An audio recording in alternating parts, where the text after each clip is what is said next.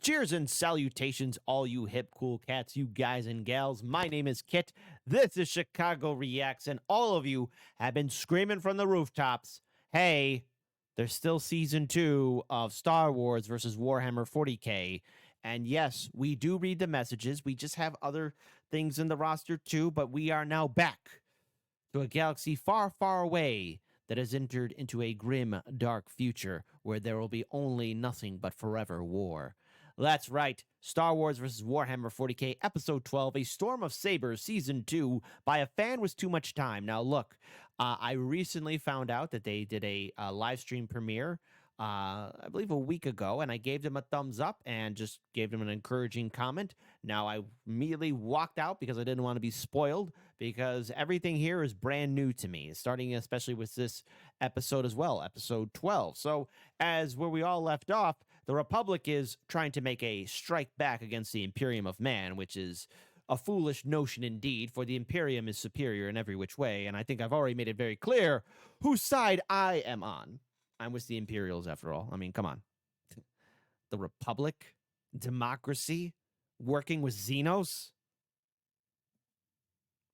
Look, it's not good. Not great. It's not, that's not how you make your empire great. You can't trust these Xenos and these mutants and these creatures. So there you go. So simple as that. So without further ado, since I'm in charge of the ones and the twos, my light went out here too. There you go. I had the praise of the machine spirit there. Let's get started with this video. But by the way, before we do, please be sure to support A Fan Was Too Much Time. They're putting a lot of time, effort, and energy into making this great content. So please support the original content creator. It's the right thing to do. It's the one thing to do. And I expect all of you hip cool cats to do that. So without further ado, let's play this video in a 3, a 2, and an uno. Let us play.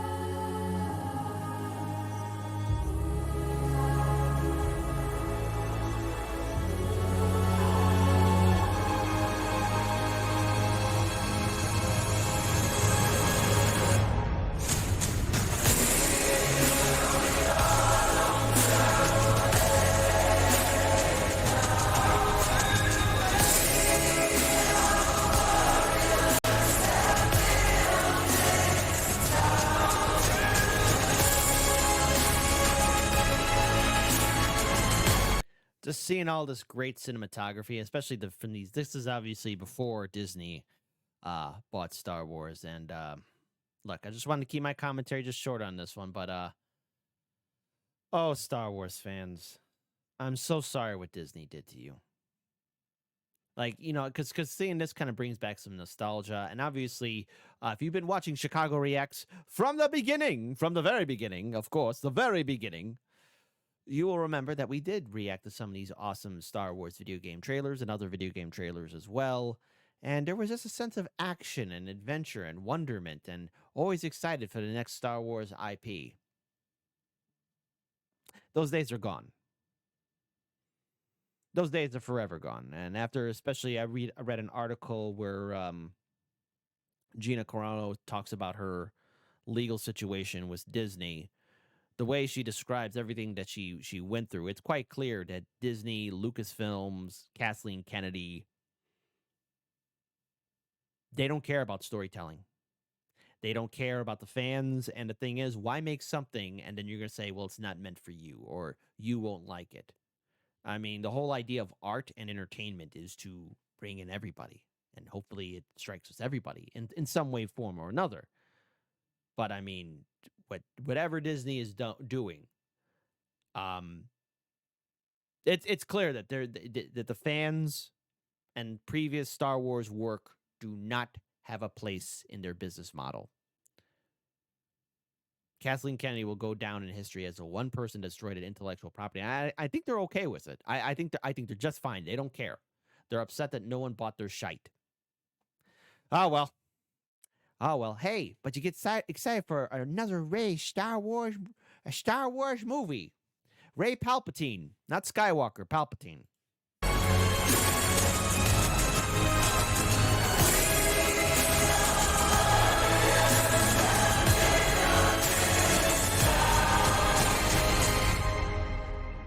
From the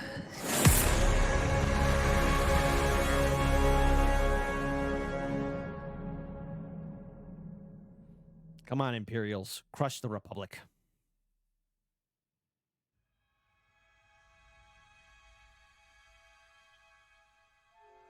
Anakin crept along the alleyway, hood drawn up around his face, obscuring his features. It was frigid, almost cold enough to snow, which meant that it was the most miserable temperature possible for the weather he was in. Frigid, oily drops pattered against his slick robe in an inconsistent drizzle. Well, perhaps weather was the wrong term. After all, it was hardly rain that he was being coated in. Looking up, tens, maybe hundreds of massive graded platforms faced skyward, and an equal amount lingered below him, visible through the holes in the graded platform he himself stood on. Buildings had been fitted onto these grates, each one rising to a variable height, all the way up to the next grate, with some connecting to the buildings above or below them. Each grate contained a small city in its own right, and people moved, worked, and lived on each segment as naturally as anyone might on the lower levels of Coruscant. Glorious. Crowds of dirty void dwellers roamed down the broad avenue. Those are Imperial citizens. How dare you? Oh. Okay, whatever. Wouldn't expect much from a Jedi anyways. Avenues, walking on foot or conveyed on some vehicle. Priests in red robes, their bodies disfigured with rough, pervasive augmentations, wore large floating harnesses and rings, levitating above the crowds, performing various tasks of maintenance on the varied systems of the ship. The entire area smelled like stale air and human bodies, the unwashed kind, and Anakin did not want to hazard a guess as to just what was composing the inconsistent but ever-present drizzle which coated him more and more with each passing moment. The Jedi looked around, checking to make sure the coast was relatively clear before waving his men forward. It was just him, Wrecker, Crosshair, Tech, Hunter, and R2. Moving with such a small team had allowed them to evade the security forces sent to their boarding craft, and with little effort they had moved deep enough into the ship to reach this populated area. The clones and droid rushed across the smaller street which separated them, coming into Anakin's alley and hefting weapons, each cloaked as well. "This is a warship?" Hunter asked as he came up beside Anakin. The Jedi nodded. "Yeah, one of their smaller ones," he added, peeking around a corner into the main street. "No kiddin'. Hunter asked, kneeling down and tapping the grated floor. From what I can tell, there's at least 30,000 people living in here, maybe more, he said with a sniff. They drag all these people to war? What happens if the ship gets attacked or blown up? They're then known as martyrs for the Emperor, you lousy clone. Sorry, I don't know what came over me. Just when the forces of the Republic start speaking, I get sick to my stomach. Asked Wrecker. No one answered verbally, but Crosshair hefted his sniper rifle and drew his finger across his own throat, pairing the act with a choking sound. Wrecker's eyes widened. Whoa, wow, that's pretty hardcore, Yeah. Wrecker said. Wrecker, rein it in, stay focused, said Hunter. The huge clone smirked and nodded. We need to pick up the pace, Hunter. Ahsoka and Rex are fighting next door, and I'm sure they are drawing most of the attention. We need to break into the bridge and make sure they have no way to access the bomb on an axis, with Trench's ship or not, Anakin said. Hunter stood, shaking his head. I know, sir, but this place is vast and not built very intuitively. Halls are blocked, lifts are broken. I was hoping that by heading towards a larger, empty space, navigation would become clearer, but that's not the case. He trailed off, seeming to hear something before snapping around and aiming his blaster at the far end of the alley. Standing there was a hunched man, or was he a machine? Both, and fully a monster besides. He was mauled by metallic augmentations all over his body, head, neck, everywhere. His flesh was a tortured, red mass of metal and unwilling skin and muscle. Both eyes gone, replaced with large, red lenses that had been shoved into the eye sockets. Sockets which still wept dirty pink tears which dripped from its chin. All weapons snapped up to face it, and R2 whirred and moved behind Anakin. All praise be his. The man-machine said as it staggered into the alley. It had a large, hunched back, and its arms were both replaced, the right with a large claw, and the left with a club-like protuberance of stained metal. Flies buzzed about its stinking, nearly rotting form, covered only by filthy rags and sheets of long, thin paper which hung from red wax seals, each thickly coated in the scrolled religious texts of the Dia. It moved forward steadily, but slowly, appearing to have no other speed. Should we? Crosshair asked, looking towards Hunter, but it was Anakin who answered. No, wait. Don't shoot it. I don't sense anything. No hostility, he whispered. No awareness at all, he added a moment later. All the while, the thing continued to lurch forward, moving towards them, metal feet thumping down one after the other as it neared them. Closer and closer and closer it came. Be here in his sight, it said. It's getting kinda close, Wrecker said, still aiming at the thing. You shoot that thing, and it will give us away. Just move, nice and slow, Anakin said back. It got closer and closer, moving directly towards Crosshair, the closest one. But Crosshair did not move. He only raised and sighted his rifle, mechanical legs squeaking slightly as he adjusted his stance. Filth must be expunged. It droned, now almost in Crosshair's face. Now, here's the thing about servitors. I've heard some facts in the lore that a lot of those people who are servitors are actually very self-aware of their situation. So they know they have no mouth, yet they must scream. Crosshair, move, Hunter ordered, his voice low and strained. It stepped almost into the raised barrel of Crosshair's rifle, raising one augmented arm, the claw there opening sluggishly. Crosshair smoothly but slowly moved to the left of the thing as it reached forward, his barrel hovering inches from its face and head. Its claws reached into a fitted slot into the wall behind Crosshair, and out slid a stinking refuse container. Its other arm reached in. The club-like head of its limb revealed to be a powerful suction device, which it used to slurp up the partial sewage. Its hunchback inflated, getting larger and larger until it stopped. A flame flicking to life at the end of the same arm that had been used for the draining. It billowed out a flame into the container, sterilizing it before sliding it back into the wall. Oh, task. In his name are worthy.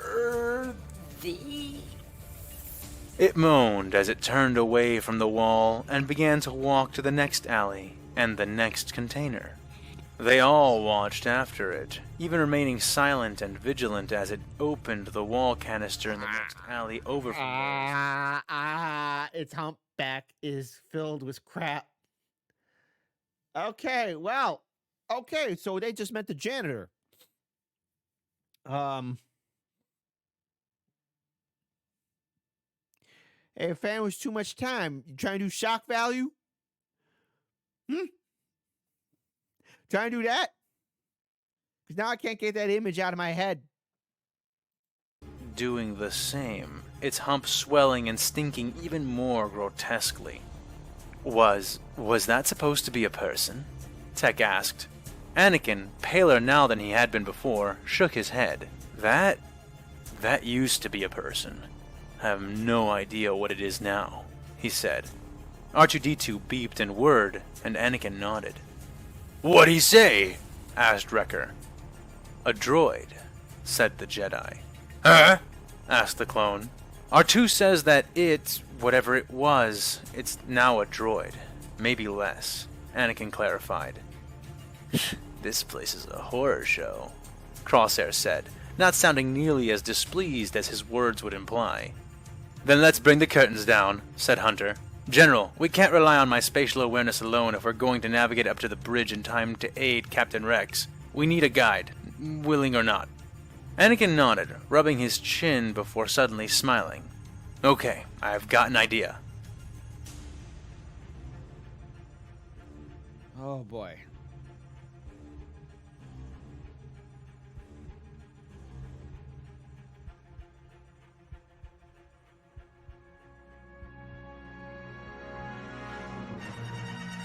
Freaking kill him! Shoot it! Shoot it! Screeched the augmented warrior. Half his face was cast in rigid metal, iron teeth exposed, red lenses filling the metal socket of the skull-like side of his head. But the other half was all too human, scowling and paling in a volatile combination of uncompromising fury and existential fear. Yes. Before him, two men of lesser rank aimed their massive slug throwers, their multiple barrels whining as they began to spin like primitive imitations of proper rotary blasters. These are glorious machine. Never mind. You know what? The Republic has its way of just smearing and slandering glorious Imperial weaponry. Obi-Wan's speed increased, leaving them only a second or two left when their weapons actually started firing. The Jedi Master narrowed his eyes as he saw the shots coming, fast, very fast, and not blockable. He answered them by running to the left, narrowly avoiding the twin streams of fire as he sped towards them up the cylindrical hall. The two gunners were nothing if not persistent, gritting their teeth as they moved their weapons to chase, lines of fire dragging after. Yes, I know. Everyone's saying, but that's Obi-Wan. I don't care. I already made it clear whose side I'm rooting for. It's the Imperium of Man. Okay? The Imperium of mankind. Kill Obi-Wan. After Obi-Wan, forcing him further and further left, sandwiching him between the wall and the closing hail of bullet-borne death that was pursuing. Yes. In response to this, the Jedi merely ran up the wall, prompting shouts of rage from the men as their guns swept up after him, but simply could not track the Master unaided. They had less than a second to finish their exclamations of dismay, the heads of the two gunners flying clean as he sped by them, stride unbroken. Oh! Their superior hefted a scattergun and fired it, grinning madly, fully willing to be bisected by Obi-Wan's saber if it meant slaying him in the process. The Jedi did not feel the same, and leapt over the man, avoiding the shredding sheets of fire and the officer entirely as he continued to run. No! The Imperial roared with rage and spun on his heel to discharge his weapon into Obi-Wan's back. He was cut short quite literally as the 47 Jedi following in the Master's wake swept by, dicing the man into pieces before he could squeeze the trigger. Damn it! We lost a martyr for the Imperium. We lost a good man. We lost good men to Jedi's filth. They had met the organized defenders of the ship soon after boarding. The Imperials were determined, well-trained, vicious, and ready, but none of that saved them, or even slowed the Jedi down. The Order was unleashed, and just as Obi-Wan was doing now, so too were the many other groups of Jedi that were loose on the ship, doing damage wherever they could, seeking to disable or destroy the vessel. The speed and power of their assault was utterly overwhelming, and the defenders could not stop them. In his mind, Obi-Wan could hear them, the other Jedi, all communicating to each other telepathically, reporting, updating, informing, calling for help. Okay. Someone's in trouble, Obi-Wan said out loud, though it was his mental voice, which aped his spoken words, that was heard by the others in his group. I sense it as well, said Master Malicos, his robed form skipping along the corridor just 2 steps behind Obi-Wan, so close the Elder Master could almost physically hear him. It's Master Unduli, he said after a moment more. Why can I not hear her? Asked Jedi Knight Olgant. Something is blocking us from her, but I sense that she is calling, that she is in distress, said Master Malicos. Let us go. We are the nearest, said Master Obi-Wan Kenobi, veering left as the next intersection of claustrophobic halls came into view. No!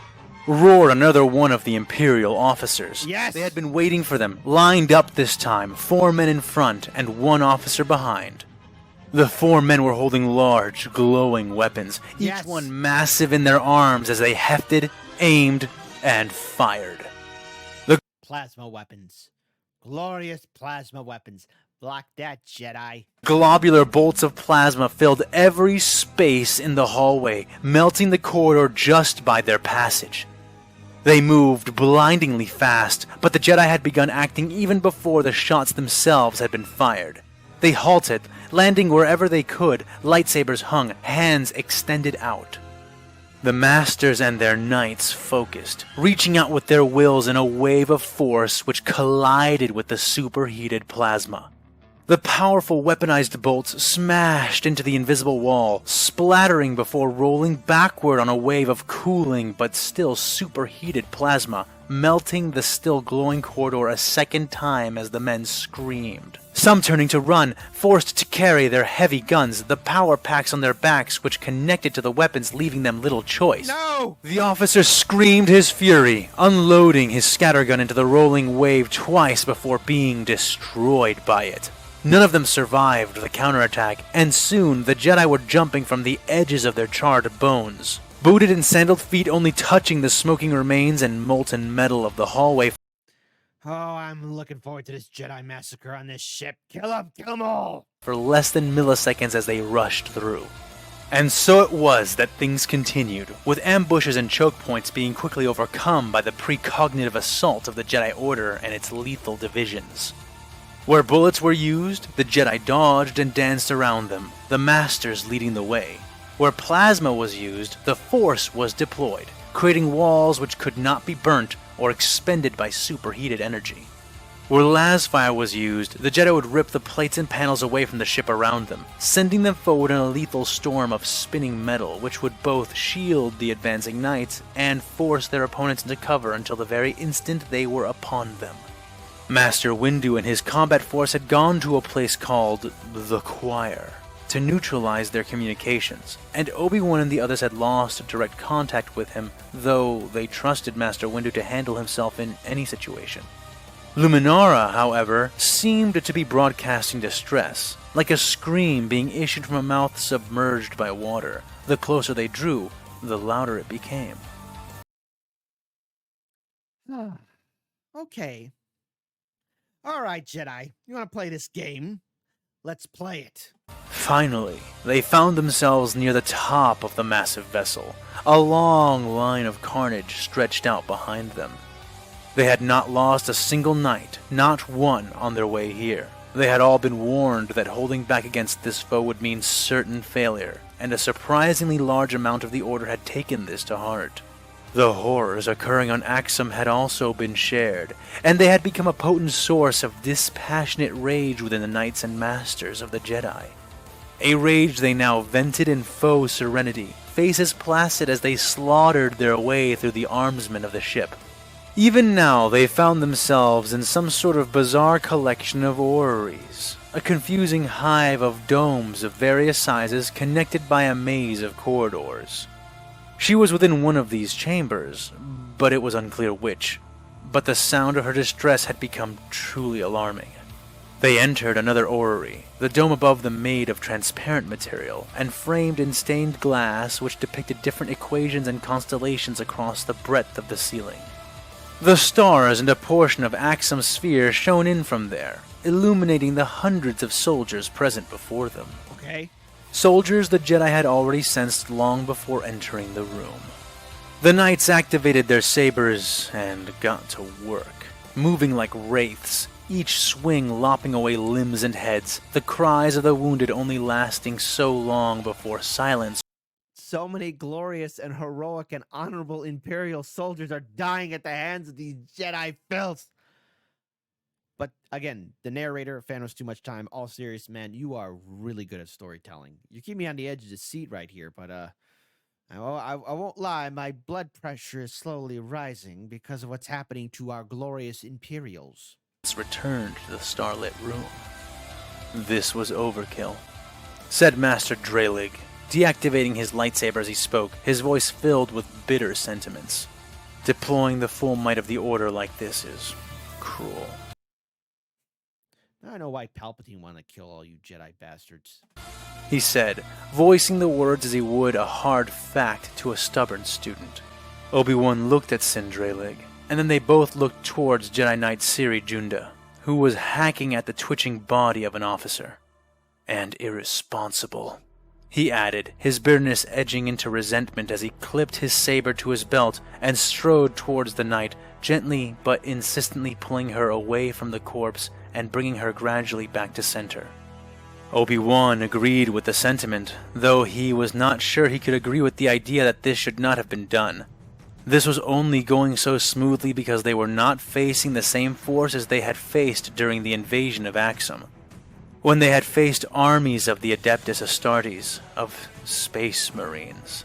The tens of Jedi that had been present had died so quickly the retreat had not even been sounded, with few commanders having been decisive enough to survive, and none of them unscathed. Had they been here, waiting for them, then this would have been a different battle entirely. Obi-Wan sighed heavily, shaking his head as he looked at the sentinel forms of the Jedi around him, and the mounds of corpses at his feet. How could it be that even in victory, he could feel defeat closing around them still? He shook his head and cleared his thoughts. His mission now was to effect a rescue of Master Unduli, and he cast his eyes and senses about, trying to see if they were any closer to her. Her presence seemed the same as it had been before, but his eyes did find something laying on the ground. A familiar shape, but one that did not belong there. A lightsaber. He went to it and collected it from the ground. He did not recognize it, but he also knew it belonged to no one within his combat force. He hooked it to his belt and turned to the others. Master Luminara is close. Let's not lose our momentum, Master Kenobi said to them. Grim nods, grimaces, and troublesome grins greeted his call, and soon they were moving again, back into the halls. Obi-Wan let his hand trace along the new lightsaber, feeling a pull within it and following. Soon they were at a new door, which led into yet another domed place, similar to the others and lit by the stars, but much larger than any orrery they had seen thus far. And now they could all hear it, not with the Force, but with their own ears. What's doing this? Master Luminara was screaming, her voice torn and wet, her agony slamming into all of them, as if passing into the room had been the same as passing beyond a buffer which had, till that point, smothered the truth of her cries. It was not a distress call. It was a shriek, continuous and horrid, pried from her lips by what could only be described as psychic torture. They honed in on her right away. We got ourselves a psyker. Witness your doom, Jedi. In the very center of the cavernous domed room, writhing on the ground beneath the gaze of a massive single figure. "Spread out," ordered Master Malicos. "Surround him." The knights swiftly obeyed, fanning out and wrapping around as they came in from all sides. The figure was large, 7 feet tall easily, and even taller if one accounted for the rise of his metallic hood. He held a staff in one hand, a glowing, maligned thing which keened in his grip, the sound reverberating within the force like the long, stretched-out echoes of screams long past. Yes. The dark side Yes. reeked from him. As they drew closer, they could also make out Oh, that ain't no dark side. That's the glorious light of the Imperium, fool. more about Luminara. Though at first it had seemed that she had merely collapsed at his feet, afflicted by unseen agony, it soon became all too clear that her arms and legs had been mercilessly crushed at each joint, leaving her physically helpless. The sight flushed Obi-Wan with rage he was forced to control, hold down. The man could smash Luminara under his foot at any moment, ending any chance to save her. No, he was no man, Obi-Wan quickly realized. He was a space marine, an Astartes, and whatever... Oh, we got ourselves a librarian. Who remembers Dawn of War with Isidore? Didn't he have some great quotes before he fell to chaos? Yes, the Emperor. The Emperor, he's a librarian. A true librarian. Oh, Mr. Librarian, please kill all this Jedi filth. Kill them now. Kill them all now. Whatever it was Anakin thought of them, it was clear as daylight to the Jedi present that this individual did have access to the Force. "Hey, step away from Master Unduli," ordered Seer Junda. Now, how "Slowly, dare you? carefully, or you'll get a look at all these lightsabers very close up," added Ah. Master Uvil. Obi-Wan had not been able to tell that the Marine's eyes had been closed until he opened them, the metal hood which surrounded his head obscuring the warrior's face in shadow. But once his eyes did open, there was no mistaking it. A blue fire burned there, Yes. so brightly that at first the Jedi had mistaken it for another form of augmentation. But what smoldered around the rings of his eyes was not a manifestation of technology, but an omen of true power. Yes. Finally. The Space Marine Yes. rumbled. Luminara suddenly went almost still, her chest rising and falling with ragged breaths, but no longer seized by agony, and the Jedi around them could sense the ability he had been maintaining fall away from her. You need not fear for her safety. The warrior assured. She will still be screaming long after you're all naught but corpses. In fact, I swear to you all this. She will not die, not pass into oblivion, until every last Jedi on this ship has prepared the way for her first. Yes. Crush them all. Crush the Jedi. I'm loving this. And you know what? Take a wild guess who I'm rooting for. I'm rooting for the librarian. Because Obi-Wan and those Jedi murdered innocent Imperial soldiers. Well, how dare they?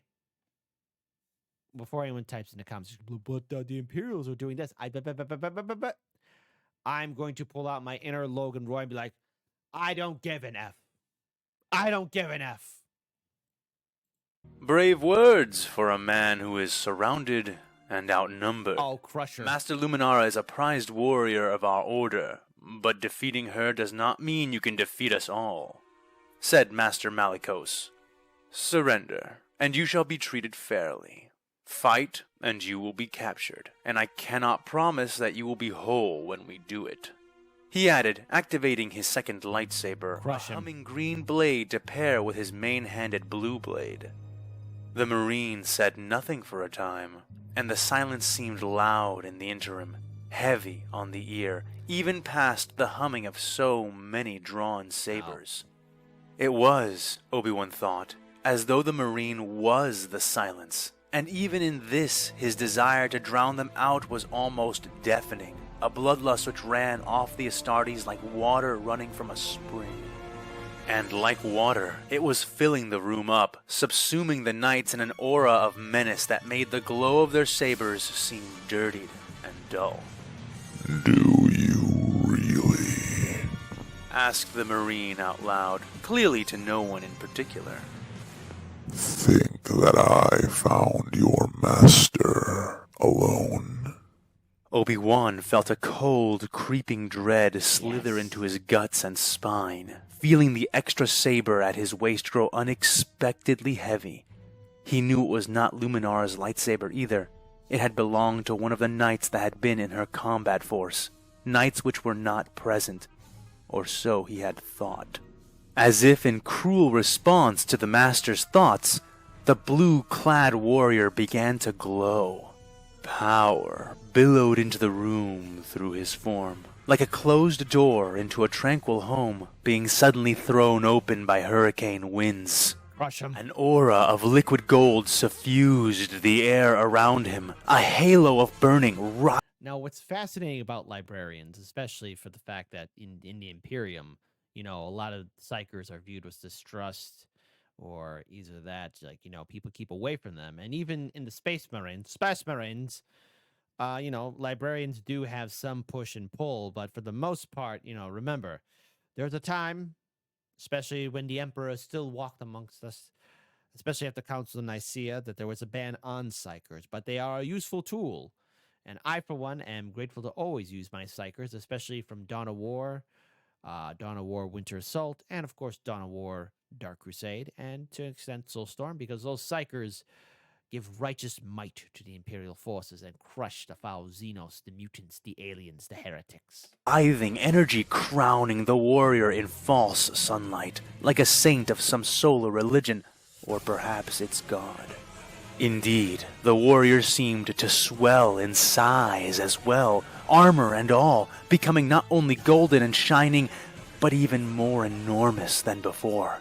Steaming rays of light which pained the eye and burned the skin erupted from the Space Marine, and the room was lit more brightly than any other part of the Gothic vessel.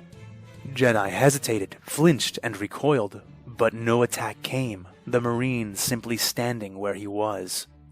Your fates are written into the stars, foolish witches. Get them. Said the man, aiming his staff up towards the clear dome above them, further illuminating his grisly handiwork.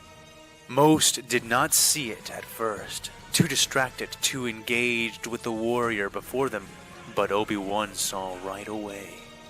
Plastered with great force and extreme heat into the clear ceiling above them were the smoldering, skeletal remains of the Jedi who had accompanied Master Luminara. They stared, framed between constellations, empty or dead eyes gazing down upon them all, mouths agape and silent screams of warning, desperate but dead shouts to flee, to run, to escape with their lives. Now, witness the glory of the Emperor, said the golden, godlike warrior. Take him! Yelled Malicos, throwing himself forward, his order at his side, Obi-Wan following as well. Through me! The Space Marine finished, raising his staff into the air and creating yet another blinding flash, just as the first sabers reached him. Yes! With the breaking of thunder and the scream of lightning, battle was joined. Get them. Oh.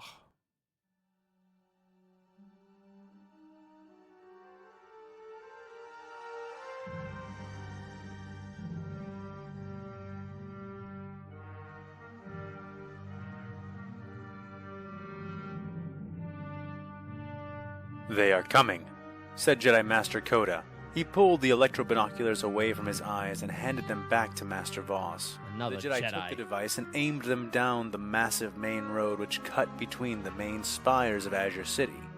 Through them he could see the encroaching Imperial cultists marching en masse towards the temple. Quinlan felt a cold lump drop into his stomach and expressed the sudden anxiety with a whistle. "They really are bringing the big guns, aren't they?" he asked, eyes glued to the absolutely massive columns of large vehicles and tanks. From their position at the top of Kellenen's spire, Voss had a nearly unimpaired view of the thousands of tanks and tens of thousands of soldiers which were marching and rolling briskly towards Ayla's battlefront. Ram Koda crossed his arms, one leg up on the lip of the short railing, eyes narrowed and focused. "Yes, and everyone in the gun depot as well, from the looks of it. I think Master Windu underestimated how badly they would want to preserve that temple, or whatever it is they have inside of it. Might even be that it was their actual HQ all along," he said as Voss watched on. "Think the plan will still work?" Never. asked Voss. Koda grinned. Ram Koda had joined the Jedi Order at a Oh, I remember this one. That guy, Ram Koda. He's the one who didn't like to use clone troopers and got Darth Vader's apprentice to the light side after he got blinded in the eyeballs. Well, let's face it, Mr. Kota. You and your fantastic friends are done for. Make peace with whatever deity that the Jedi worship. staggering 18 years of age at the behest of Jedi Master Mace Windu. He had grown up on a desolate, war-torn world, fighting for his life since the time he could walk to the moment that Master Windu came to his world and ended the conflict.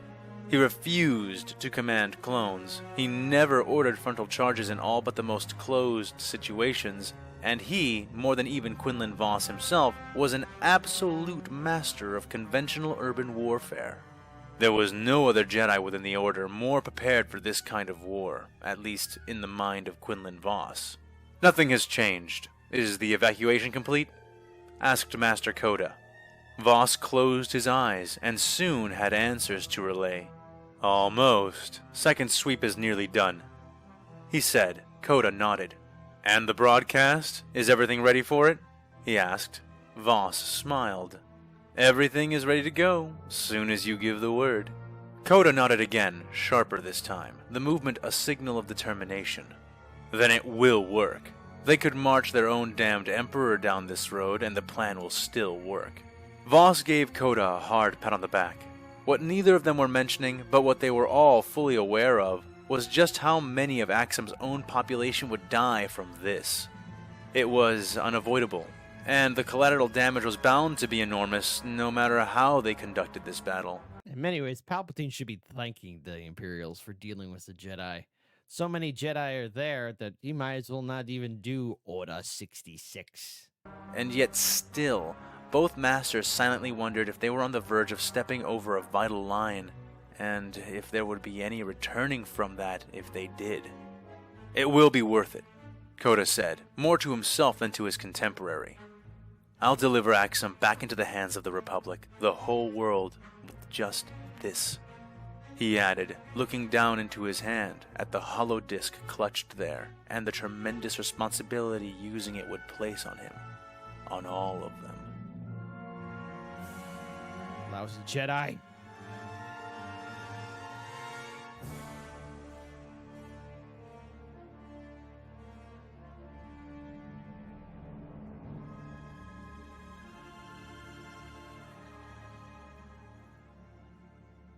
It was making his skin itch. The voices. Were the voices really back? He had thought he was free of them, had been free of them ever since they had entered the new galaxy. Or, at least, he had been mostly free of them. He was sure. But now they were back, yes, and so many, and so confusing. Before, there had been many voices as well, but they had spoken to him, given him orders, made promises, and threats. These new voices, he could not make heads or tails of them. You hear the voices too? Gak, hey, said Panic the medic, snapping his fingers in the psyker's face as he did. They were all riding within the cabin of the Commissar's Chimera transport, the whole command squad seated nearby. None of them were overjoyed at the prospect of being crammed into an enclosed space with a battle psyker, but Gaxian Krell had proven himself reliable countless times, despite his... Nothing like having a psyker at your side. I always be sure to attach the psychers to my squad and also have them ready in case, because especially for Dark Crusade, when playing the Tau level, or the Tau Stronghold, I like to play as the Imperial Guard, and I use what I do, because obviously the easiest way to beat that mission is to get a sniper to go in and kill the Ethereal, right? That's not what I do. I am horribly offended in knowing that the Tau control every single district in that city, and what I do is Operation Purge Them All. I destroy the Tau, street by street, house by house. No survivors. I look for all the invisible units, and I use my psychers and my Imperial Guard squad to find them all and kill them all and destroy every single Tau building there is. Not because it's, necessary or anything. It's because I have to. The Tau offend me. And that's why I love my psychers, man. Especially with a Karsakan squad ready for war. His admittedly unhinged personality. Gak's eyes focused as he sat up straighter, seeming dazed for just a second before nodding his head. Yes, I'm fine, he said. Panic narrowed his eyes at that, but nodded his head slowly. As the medic of the team, he was the one person who could scrutinize Gak that way and not come off as being overly cautious or superstitious, though he was undoubtedly both. If you say so, Gak, but you seemed really out of it just now. What's the matter? You got a bad feeling?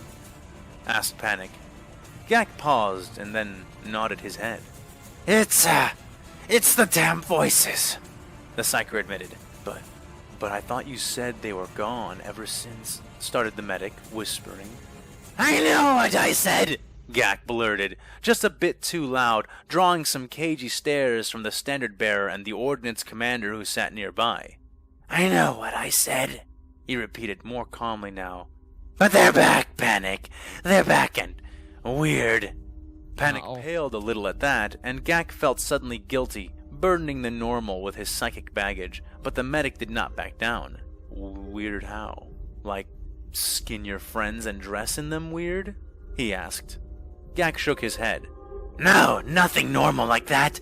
They aren't making any sense, and... Nothing normal like that. Normal! Oh, that's normal to you. There are so many, hundreds at least, the psyker said, still hearing the whispering chatter slipping and sliding over his thoughts. Well, what is something they say? Just tell me. It can't make no sense. Panic insisted. Gak paused for a moment. 3 more on floor 812, said Gak. Panic blinked. What? He asked. Gak continued. Floor 604 is clear, starting second sweep up. Panic rubbed his chin, eyes almost crossing in confusion. Are we bringing pets or just people? Said Gak. Okay, stop, Gak. None of what you're saying makes any sense, Panic said. Exactly, Gak said. It makes even less sense than they normally do, and that can't be good, not considering what's, never mind, So, in other words, he's hearing how the Jedi are talking to each other. A perfect advantage for the Imperium to use, for the Jedi are undisciplined. It's making me edgy, said the psyker. He pulled his force stave closer to himself, the psychic focus glowing slightly as he did. The object should have made the whispers of daemons and the malefic dead more silent, but instead it only made them louder. Panic nodded his head and sat back. Well, I can see why. You feel like it's going to be a problem? Asked the medic. Gak shook his head. No, I mean, maybe, but it won't be a problem for me and my abilities, if that's what you're asking. But I think these whispers bode ill. Panic grit his teeth, hoping the psyker was wrong, but knowing well enough to understand he probably wasn't. Gak's career may not have started off as impressive as that of some, but his accomplishments over the decades had earned him a respect few psychers could manage to attain. Ever since the Great Jump, Gak had only seemed more in control, more powerful even. But there were forces in the universe which made even the power wielded by a Primaris Psyker seem minuscule in comparison. The very idea of encountering such a thing here, now, attacking the Basilica itself, was chilling in the extreme. From the sounds of it, the daemons themselves are running their own operations, even as we run ours, Panic said, only half joking. After all, there weren't any such things as daemons, right? Gax's face did not reflect his answering chuckle, as if the possibility of that being exactly the case was far too large to discount as a superstitious joke. They rode in silence for a time then, and throughout all that time, Gax's mind seemed either unwilling or unable to release Panic's last words from his mind. Then realization struck him like a blow to the face, and his eyes widened in sudden dismay. "Stop the Chimera!" Gak yelled, shooting up in his seat, making all the passengers around him flinch back. Commissar Terrandor looked back from his command seat underneath the turret, eyes fierce as he thumbed the holster of his bolt pistol. But even this subtle act, one which would normally force any psyker to halt dead in their tracks, failed to impact Gak enough to stop him from smacking the large red button which opened the back hatch. Yo! What in the Emperor's damned shit do you think you're doing, Gaxian? Sit back down before I put you down! Started the Commissar, already beginning to stand up from his seat. Gak did not wait for him to finish his threat, jumping out the back of the still-moving Chimera and hitting the hard, smooth floor of the avenue with a hard thunk, stave landing right beside him. He hissed and reached for the focus, grasping it greedily and hugging it to himself, before looking up at the oncoming Chimera that had been traveling behind his own. It swerved to avoid him, hitting the leftmost elevated barrier which separated the massive suspended road from the near 1,000-foot drop to the true surface of Axum. The barrier was cracked, but held firm, though that did not stop the officer stationed inside the vehicle from popping the hatch and poking his head out angrily. What is going on here? Guardsman, are you high? He accused, face bright red High was face with the Emperor. at the sudden intrusion, clearly unholstering his own last pistol until he was able to recognize that Gak was no traditional guardsman. Gak paid him no heed at all, eyes wide, frantic, looking around, first at the vehicles and soldiers near him, and then up and away at the surrounding city spires. His act had succeeded in halting the transport column, which slowly brought most things to a halt around it. Lehman Russ battle tanks squealed and hissed as they rolled to a stop. Guardsmen marching in tight, proud ranks halting to look at the commotion. Hydra battle tanks stopping their treads, even as their active anti-air flak cannons continued to sweep and scan for hostiles. But it was not their thoughts he was hearing. No, they were too weak, guttering flames in the dark of the warp, not bright enough to navigate a stream of piss to the ground, much less loud enough to intrude into his thoughts. Normally it was only the daemons who could even attempt such things, burning themselves against his mind wards and soul-binding aegis to whisper temptations into his ear. But if not daemons, and not the normal men around him, then... Gaxian! The Psyker spun at the call, coming to face his own stopped Chimera and the enraged form of Commissar Terrandor.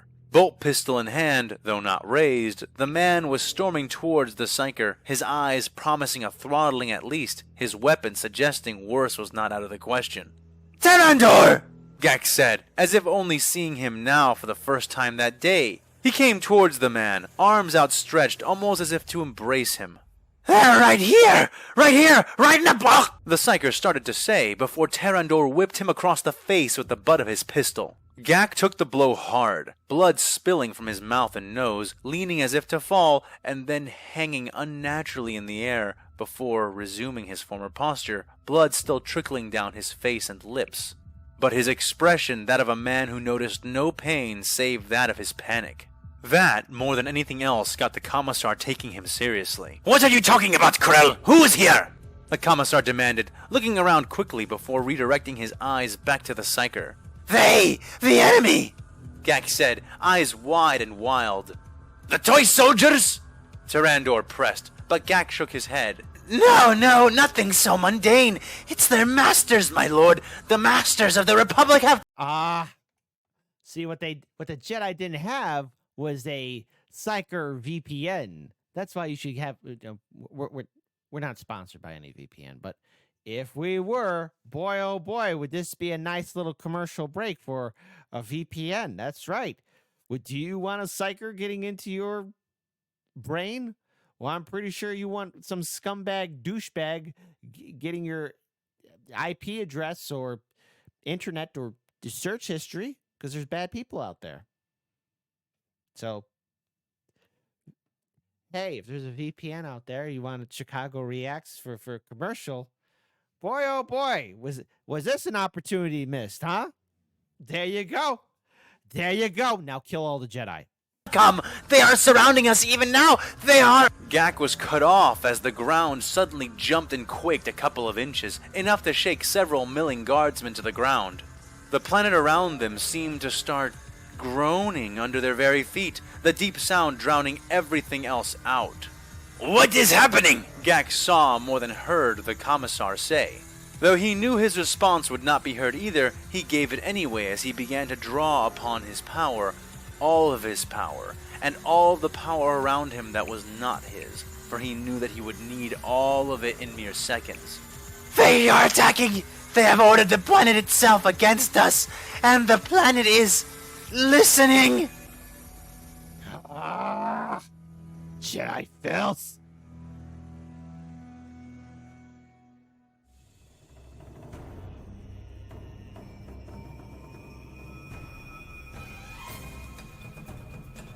Okay, get him. Come on, New Cadia. Marshal Dovin, there is a message coming across the Xenos channels. It's planet-wide, sir, said the tech adept from his sunken alcove in the command center. Everything was dark there, the room lit by little more than the green hololith displays and the screens that the staff used to receive and relay orders and information. The place was bustling despite the lack of light. Uniformed bodies of both the Imperial military and the priesthood of the Adeptus Mechanicus working and moving over the wire-laden floors, clustered control panels, and the many purity seals and holy scriptures adhered onto the ceilings and walls by lavish red wax. "Nothing over the box?" asked the Marshal, standing near the center of the room, leaning over a hololithic table that showed him a display of the entire planet, lit in flickering green. Around its surface pulsed various icons, those in blue representing his forces and those in red the enemy. They had all landed near the Basilica of Salvation, something he had not expected they would know anything about. That level of intelligence disturbed him, and it, along with his broadcast, reinforced to him how little they understood the travel and communications capacity of their new enemies. The tech adept craned his head back and shook it no. "All right then, patch it through. Let us see what the softies are saying." Yes. The adept nodded and began tapping away. Soon, I like these nicknames that the Imperials have for the Republic. Softies, toy soldiers. Love it. Love it all. enough, a previously inactive hololith flicked to life and displayed the image of a man, a Jedi general, face scarred and body dressed in the battle plate of this weak Republic. He stood confidently, his face composed of a determined expression which told the Marshal this message meant nothing good. "People of Axum, citizens of the Azure lineage, defenders of the Sapphire Gate into the core, we have come," he said. "We are here, in all our strength, to free you from these killers, madmen, and tyrants. The Jedi Order has come, as promised, to defend the gate. Even now we fight. We wage liberating war against the enemies of our venerable Republic. Enemies which make the pitiful Confederates seem like Minox in comparison. We will fight, and we will die, but we may not be able to do this alone." The man held out the hilt of his weapon and activated the saber. "So I call now on you, honored guardians of the Republic, you whose lineages stretch back to those most ancient wars when all that stood between order and chaos was the Sapphire Gate at Axum. You who still honor your histories and shrines within your homes, who care for and look after weapons tens of thousands." You know, it seems as soon as the Imperials win this victory, and I hope they do, a great purge is needed. A glorious one. And this person, Ram Kota, he needs to lose his sight. He needs to have his sight fixed just a little bit. I think I know a perfect punishment indeed. Thousands of years old. Now is the time to use those weapons again, to honor those shrines with service in place of sentiment. By the end of this day, Axum will be liberated from the Empire. No! Whether the credit for that liberation goes to the warriors of this worthiest of worlds is yours to decide. Rise, Axum. The Jedi have come, and now we are waiting. The transmission ended. Holy Throne. Contact all other installations and fortresses planet-wide. Tell them to expect heavy resistance from the civilian population in a short amount of time. Tell them— Marshal! Cried out one of the comms officers. Battle Group Alpha, who was heading to relieve the siege at the Basilica of Salvation, they've encountered a problem, sir. The Marshal scowled. Spit it out, Lieutenant. What is the problem? He ordered. The lieutenant simply paled and attempted to speak, but only managed to mouth gibberish. The Marshal grit his teeth, waiting until it became clear the man was too flummoxed by what he was hearing to do his duty. He looked over at his second, who snapped a salute and marched over to the comms officer, knocking the man unconscious with an uppercut to his jaw and yanking the headset off of his lolling skull. She kneeled to follow him as he slumped, taking his weight as she pressed the earpiece of the headset to her ear. Though her stern expression did not change, she also seemed to lose color in her face. She barked a few orders to clarify the situation into the headset, but whatever answers she was getting were evidently not satisfying her. Meanwhile, the Marshal turned back to the hololith globe of Axum, manipulating the display to look at the line of blue icons which represented the regimental units and commanders that made up Battle Group Alpha. He felt his chest cool and then burn as, one by one, in a line leading from forward to back, the icons began to vanish from the map. No! What the feck is happening out there? Report! He barked. He looked back toward his second in command. Ugh. Innocent Imperial Guardsmen are dying. Why? Curse these vile Republic filth. But she simply shook her head, still kneeling as she took the headset off. There was only screaming, sir. Screaming and then silence, she said. Grok shit! He accused, punching the console before him, making it flicker and causing the tech adepts to flinch. They must have said something! What was it? He demanded. She bit her lip, but then nodded. There were 2 words I could understand, just before it was cut off. And? He prompted.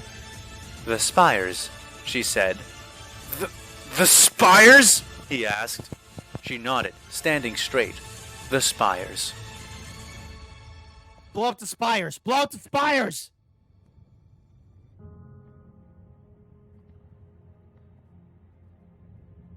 No. Come on, Guardsmen. Hold. Don't give up, Guardsmen.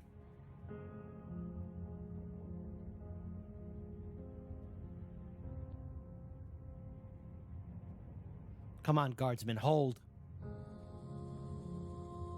The spires!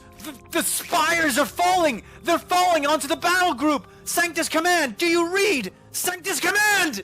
Get out of Lieutenant there! Carver screamed into his Vox headset as he stared, eyes wide, at the avenue stretching out before him.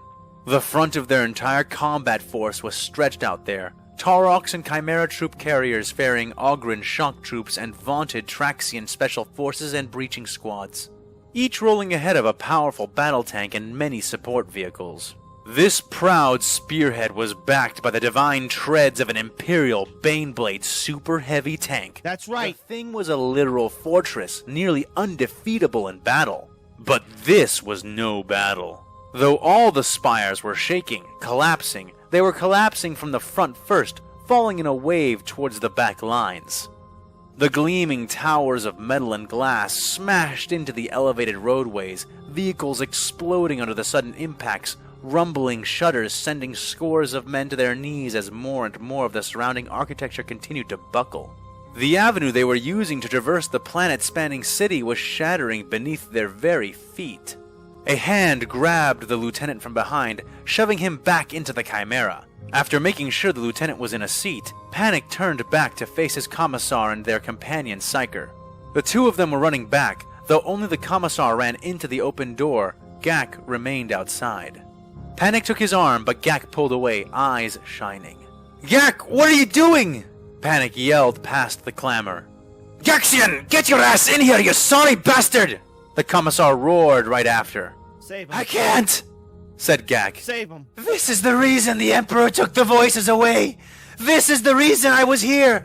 I could not prevent this from happening, but I can save you! I can save the Imperium! That's right. The Psyker's eyes were wide, watery, wild, and completely luminous. Panic didn't know what to say, what words to use to get him back inside the Chimera right now. And then he didn't have to. Commissar Terendor nodded stiffly. Fine, die well, Gak, and do not fail, he said, jogging back to his command seat and climbing into it. Then, the Commissar said something Panic never in his wildest dreams thought he would ever hear. Terendor took the Voxcaster's microphone into his hand and yelled into it, addressing all the vehicles and guardsmen still standing stunned in their vicinity. What are you dogs waiting for? Retreat! He then looked back towards Panic, his customary vicious scowl fully on his face. Seal it! He ordered. Panic did so, almost as a reflex, hitting the red button that began to close the doors. He surprised himself, feeling moisture wet his eyes as he looked at Gax's bloody, smiling face. Was it sorrow that brought tears to him, or admiration? The medic didn't know, but he burned the image of Gak into his mind, watching with the last moments before the steel and ceremony. Now there's a hero. Well done, Gak. You showed those Republic bastards that they can't take the Imperial Army down, the Imperial Guard down. Well done, buddy. Well done indeed. Might replaced the face of his friend. Psyker though he was, here at the end, Panic knew that they had been friends, not just comrades in arms, but brothers. He felt shame fill him to bursting. Why had he never said it? Why had he never acknowledged it? Had it been his fear of betrayal, or his pride not allowing him to admit such a thing to a Psyker? Whatever it was, he swore it would never hold sway on him again. Not for so long as he continued to fight and draw breath. He took a seat and strapped himself in, clasping his hands together around the holy aquila he wore around his neck, and prayed. Emperor guide you home, my friend.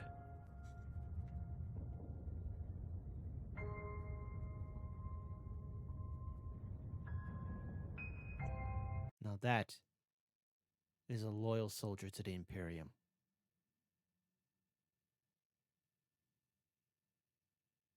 And that's what you call sacrifice. Well done, Gak. Well done indeed. Panic, let that be a lesson. Never hold back and tell your brothers that you care for them.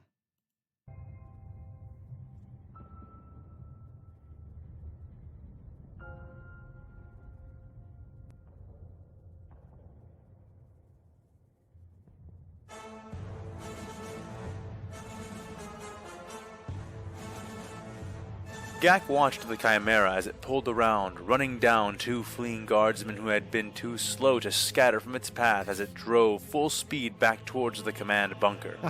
They would not make it. None of them would. That was why he was needed. Why the Emperor had placed him here. Come on, Gak. He grinned and spat out some part of his teeth, wincing as he turned back to face the collapsing series of spires. What he saw surprised him. The Baneblade was still alive. It had evidently gone into full reverse before the first spire had even slammed down, rolling over the Lehman Russ battle tanks which had been behind it, as well as literally everything else. It still was, and the Psyker watched as entire tank crews leapt out of their vehicles, throwing themselves aside and only sometimes succeeding in escaping the path of the fleeing behemoth. Protect the Baneblade! It was a spirited attempt at an escape, and Gak could see that the columns of smoke which poured from the exhaust ports of the tank were thicker than was normal, signaling the stress of the vehicle as it hauled itself at nearly twice its standard speed. 11 barrels of devastation firing forward into the collapsing spires as the tank rolled back, using even the recoil of its guns to boost its speed. Yeah, there you But it go. would still not be fast enough. But that is why I am here! Gak shrieked. He had been gathering power all this time, absorbing the warp around him into himself, expecting to destroy his body and mind in the process. But to his shock, his utter amazement, the warp was smooth, pliant. There were sharp edges, as always, but they were dull in comparison to what he was used to managing. Temptations rose in his mind, thoughts he had rarely had himself, now rising from within as opposed to without. He shoved these whispering temptations aside with his true voice, a voice strengthened by his utter faith in the Emperor and in the Imperium.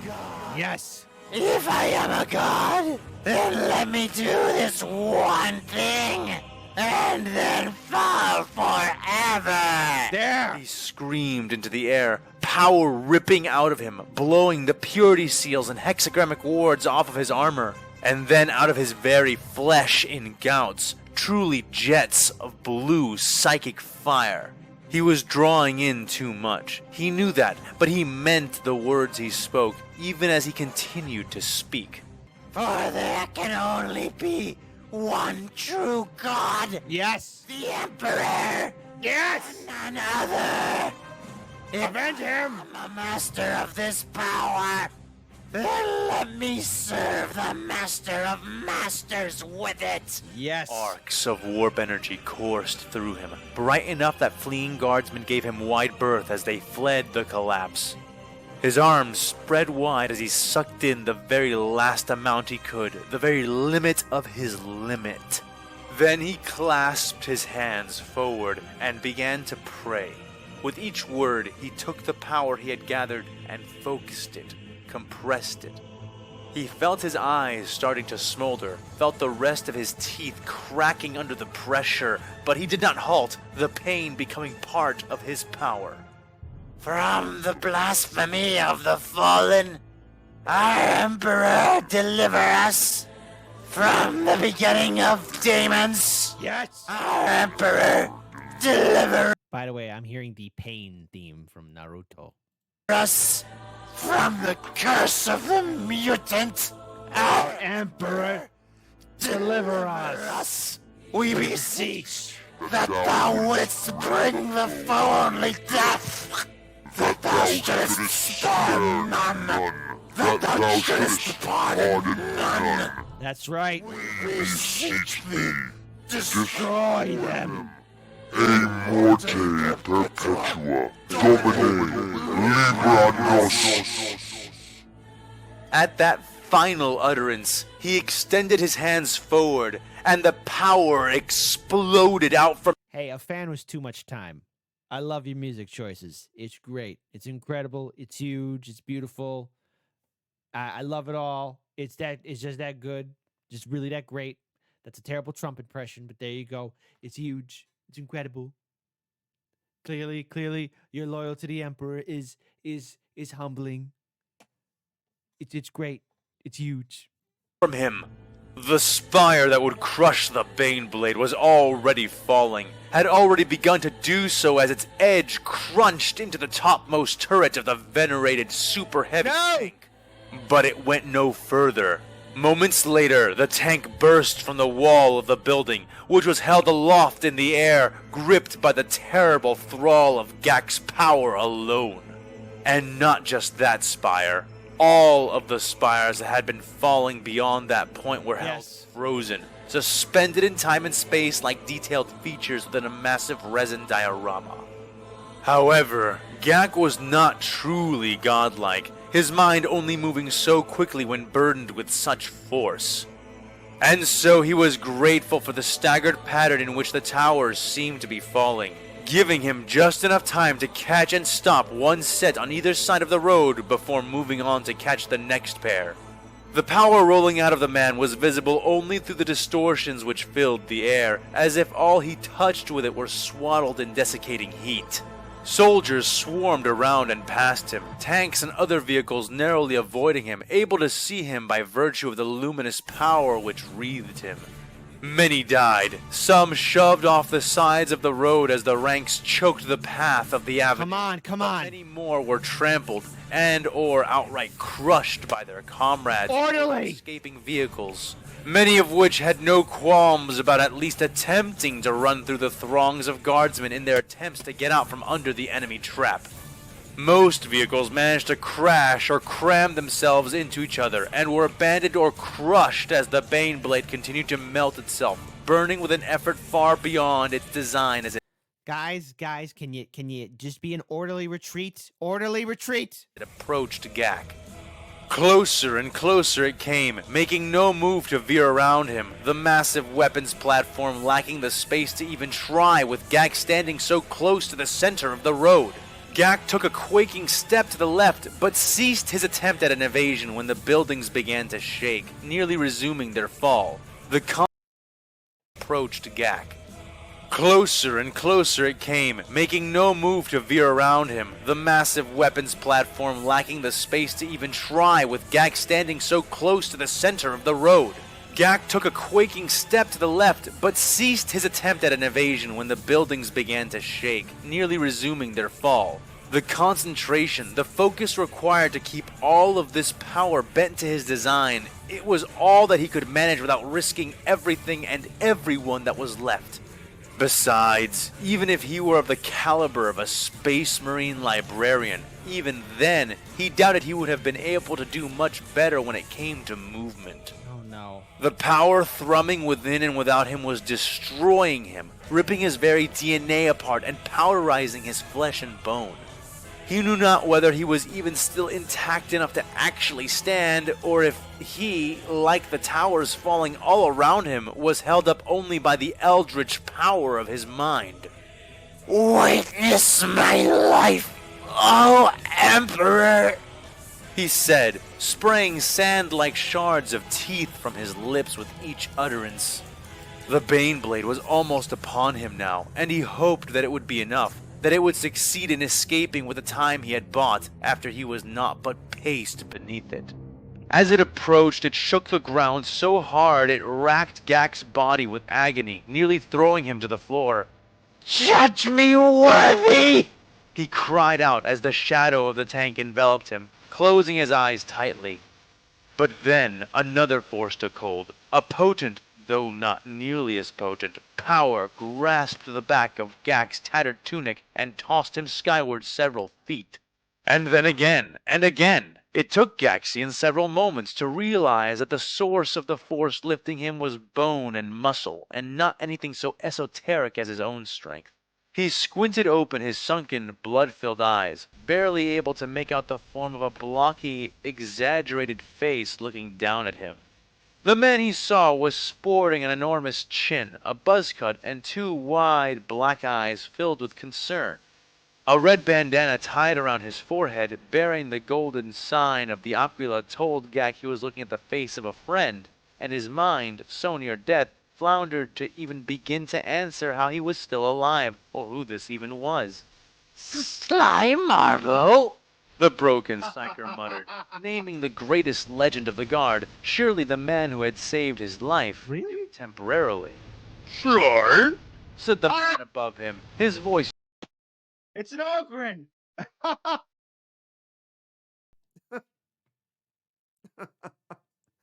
You're not dying yet, buddy. You got an Ogren at your side. Not Gavin Bob, and not our Ogren from Warrior Tier, but it's another one. And you know what? You're gonna be okay, Gav. Emperor told you not gonna die. He's found you one of his champions. Deep and full of confusion. Strong! Rock strong! No very sly. He said, even blushing at the mention of the last admission. An Ogren! He was looking up at an Ogren! Reaching out with his mind, Gak used some of his remaining strength to get a sense for what had happened, and what was happening, as he lay within the massive arms of the childlike Imperial soldier. As he was carried over to someone else, the wind blowing and tugging against the patches of his falling hair, Gax touched the minds around him and was elucidated. As it turned out, many soldiers had been quite averse to being run down by the Baneblade, as it left a bloody wake of man-paste in its path, and many had chanced jumping onto it. Most had failed, but among those that succeeded was a group of Ogrins. The massive abhumans taking it upon themselves to then hang from the front and sides of the tank, scooping up soldiers and officers and tossing them up onto the body of the vehicle. The Bane blade was so large that it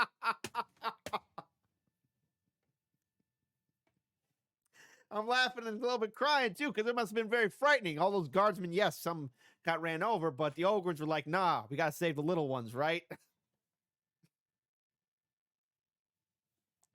Fam, it's too much time. Are you friends with the ninja with onions? That ain't too bad. Oh, boy. Whew. Sorry. Whew. Been holding back a little bit, some tears. It's been, like I said, things have been, I've mentioned some previous React videos. The last year was a little rough on me, and January was really crazy.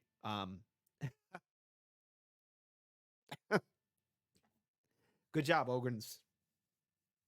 Emperor's proud of you.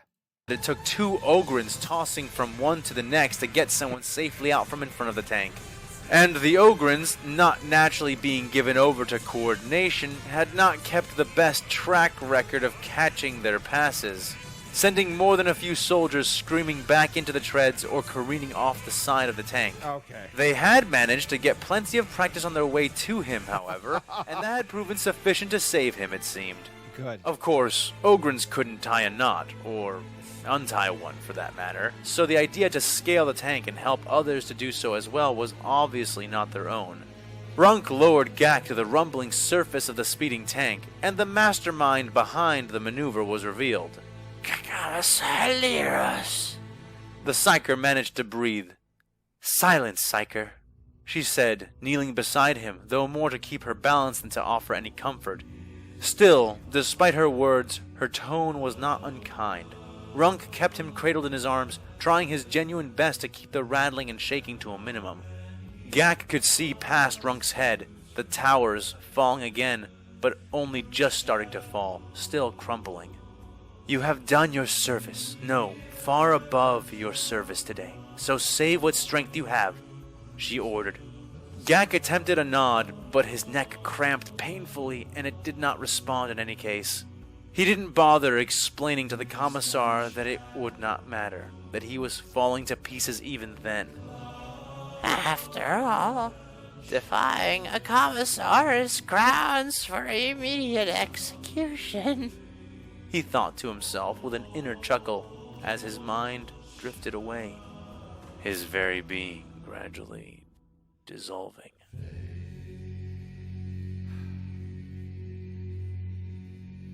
Farewell.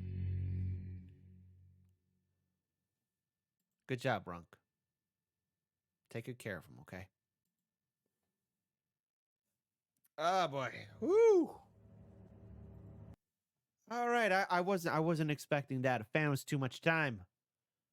I don't like ninjas who cut onions, okay? They're not allowed in my house.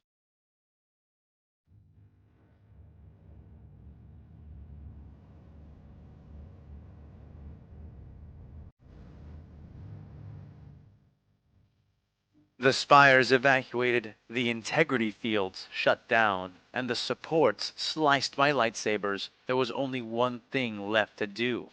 For some of the spires, this was not necessary, their superstructures starting to buckle and fold even as the sabotaging Jedi escaped them, leaping from windows and balconies onto nearby stable buildings. But for most of the spires, their architecture, elegant but rugged, could and would stand for hours more before succumbing to the damage done to them. And so the knights had divided into 2 groups, each composed of little more than 1,000 Jedi each, who stood on either side of the avenue, reaching out with the force to push on the buildings, hastening their collapse.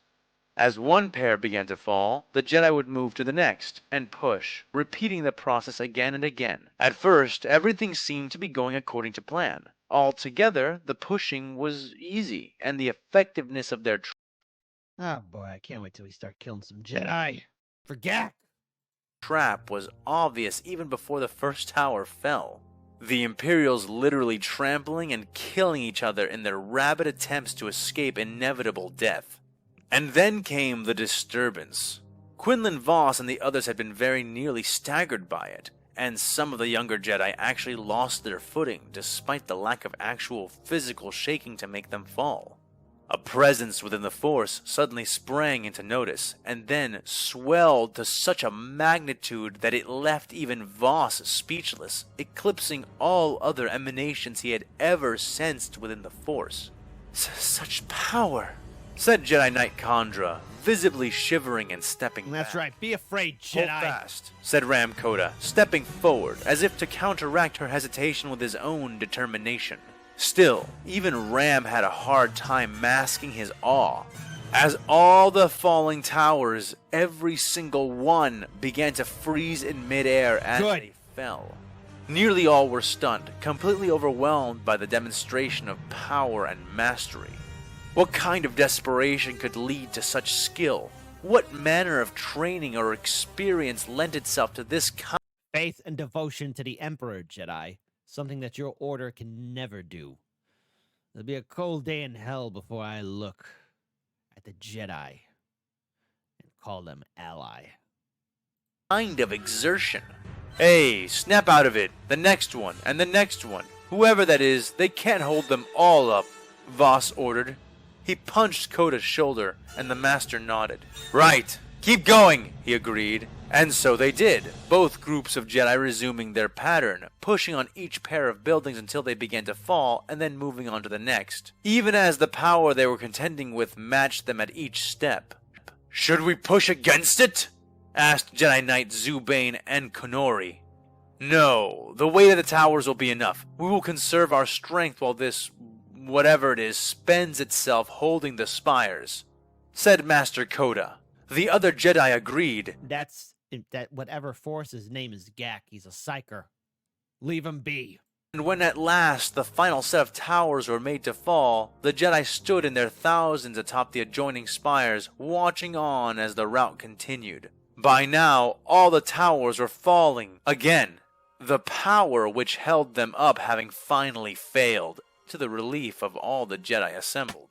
Still, it had been enough for the most massive of the assembled war machines, some kind of comedically enormous tank, to narrowly escape the crushing fall of the towers and the yawning chasm which swallowed the road which fell beneath it. Many of the vehicles, including the super heavy tank in question, halted as soon as they felt they were safe, lingering in the shadow of the towers the Jedi now stood atop. Soldiers massed and churned around the rumbling hulks and support vehicles, some still running, some now milling or waiting for orders. Ram Koda and Quinlan Voss stared down upon them. So many had died, by far the vast majority of them, and yet so many remained to die still. Oh, God. Please. Let there be some sort of Imperial air unit that's going to shoot those Jedi. Something to kill all the Jedi. Something. Voss felt old instincts, callings of the dark side he had faced and barely overcome in the past, echoing within him now. Looking around at his fellow Jedi, all standing sentinel at the lip of the building, thousands of feet above their foes, he could see that they, too, struggled with the same darkness. Bring it on, for Jedi. Even the contemplation of what they must now do was a shadow on their honor. But as they stood atop that spire, Axum's sun casting their shadows long as the icy wind howled around them and tore at their robes, not a single one voiced or sent any objection. The tank first, anything that fights back after, and then Come on, guys. everything else, Come on, guys. said Master Koda. The Jedi. By the way, you know what I'm hoping for. A full-on Jedi massacre. Let them witness the Baneblade. Please. Imperial Guardsmen. Spare none of them.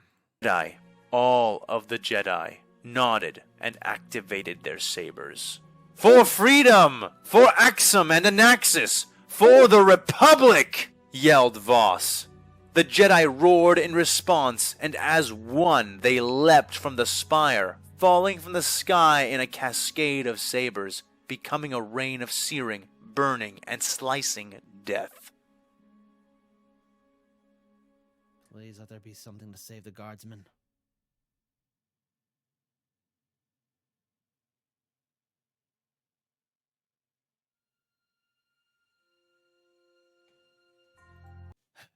Never trust a Jedi.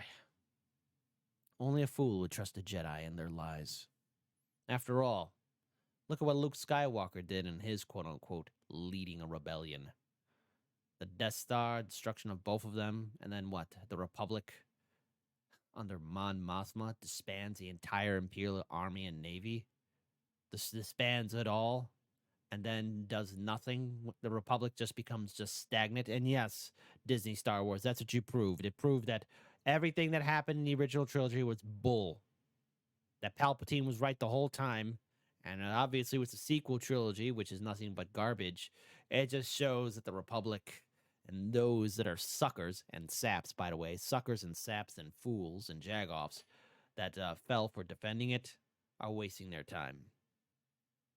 No, I am not mad. It was all a joke. Always has been. The Senate sat in shocked silence, their faces lit by the soundless holographic display that played itself in obscene size and detail before them all, projected into the very center of the Senate. In each eye, human, near human, and utterly alien, reflected the tortures of the people of Axum. The same cruelties that Hondo had showed to the Jedi now revealed in plain sight to the entire Senate. As the last of the horror-inducing all lies displays played itself out and faded, a single floating platform carrying two figures drifted out to the center. For this reason, the Jedi deployed. From This old bastard. disdain for the process, the decision was not made. Out of our duty as keepers of the peace did we act. To hasten you, our intention it was not. To save Axum and Anaxis is where our goal now lies, said one of the two, the diminutive Grand Master of the Jedi Order, Master Yoda. For a time, no one responded, but eventually some sense was collected and a challenge posed. Well, how can you assert that? You are our generals, not just peacekeepers. You cannot just... started Senator Saam, but even he lacked the strength to continue his contention. No, the voice of relative dissent came not from an expected avenue, not this time. This time, it came from Chandrilla's representative. I accept your reasoning, Master Yoda. I agree that something must... Oh, God, this lady. I'm sorry, but after what Disney Star Wars has done, the Mon Mothma Alien Republic was a complete effing disaster. I'm sorry, Disney writers, but if you're going to keep giving us crap, you've shown that the Republic and the New Republic, especially under Mon Mothma's leadership, was nothing but bull. This person. Only a fool would follow her. And yes, I know that a lot of people might, what's it? What was that recent Star Wars show that came out? Andor. There's that scene where the guy who has like an antique store, he's secretly forming a rebellion. He gives his speech about what he's sacrificing.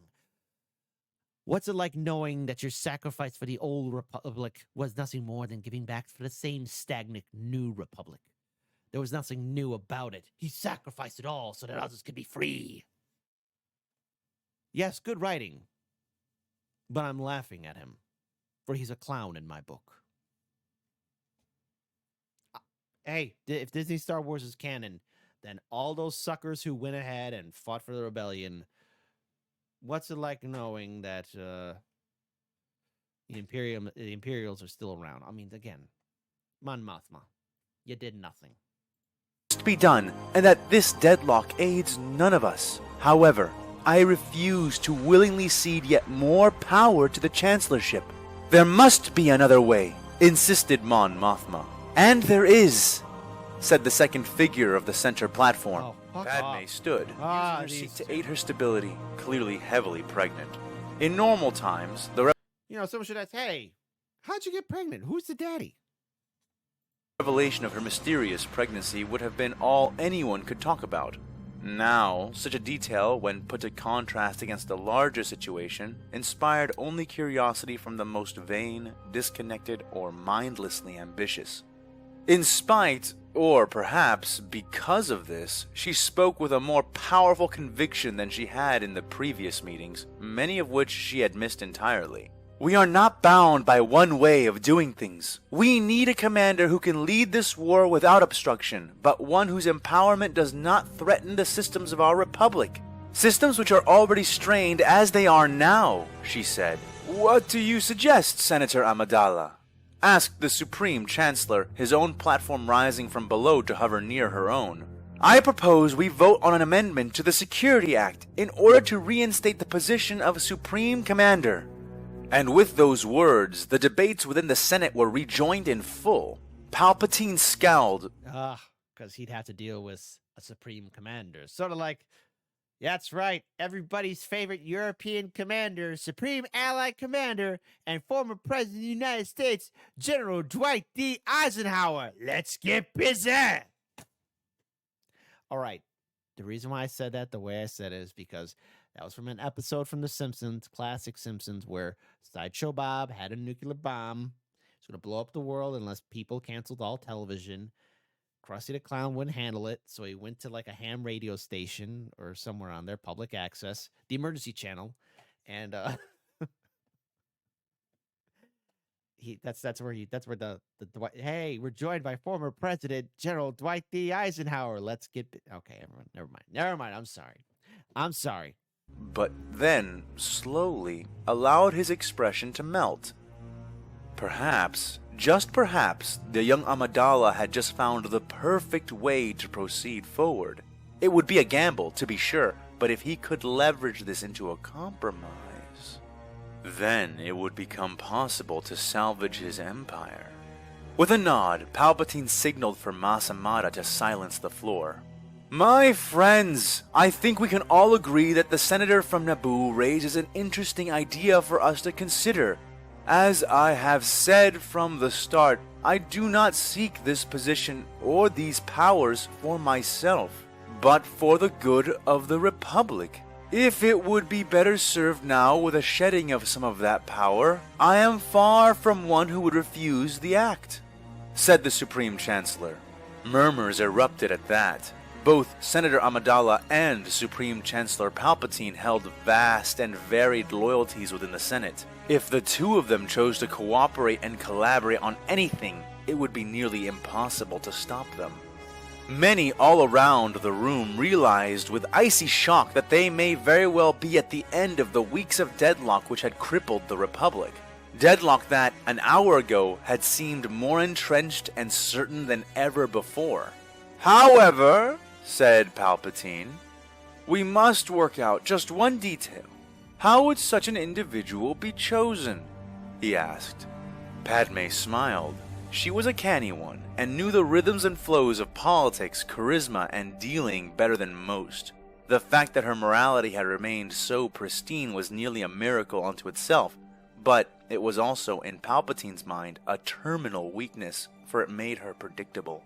Padme was in love with Anakin, was pregnant with his children, the Chancellor knew. She proposed this not only to save the Republic, but to enable aid to her beloved knight, one who was in the midst of battle even now. That meant she wanted this to be decided now, and it could be, but she would need to offer him a deal he would not refuse. I think a simple and traditional process would serve us best, she said in response. You will nominate your choices for the position, and we in the Greater Senate shall vote to recognize them. Would this satisfy the Chancellorship? Clever move. Padme, I guess the Republic can still offer some interesting aspects. Some. Palpatine hid his smile. There it was, the offer. So reasonable, so balanced. And yet, it was exactly what he needed. I think that would be more than acceptable. And in fact, I already have a nominee in mind. One I think most of us will agree would be a more than fitting general to take the position of Supreme Commander, the Supreme Chancellor said. But before that, let us call a vote on this amendment. I assume you have it drafted? Asked the Dark Lord of the Republic. Padme nodded, pressing a button on the console before her and projecting the text of the amendment before the Senate. It is right here. We can review it in detail and then vote right away, she said.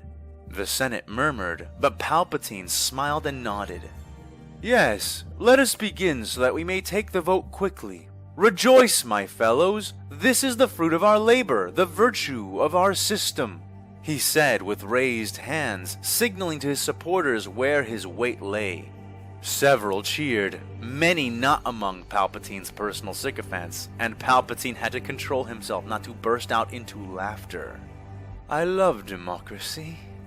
Yes, who doesn't love democracy? After all, it's a perfect way to set up something that can get things done. Muttered. The microphone of his platform somehow failing to record and broadcast his sardonic musings to his many, many pawns.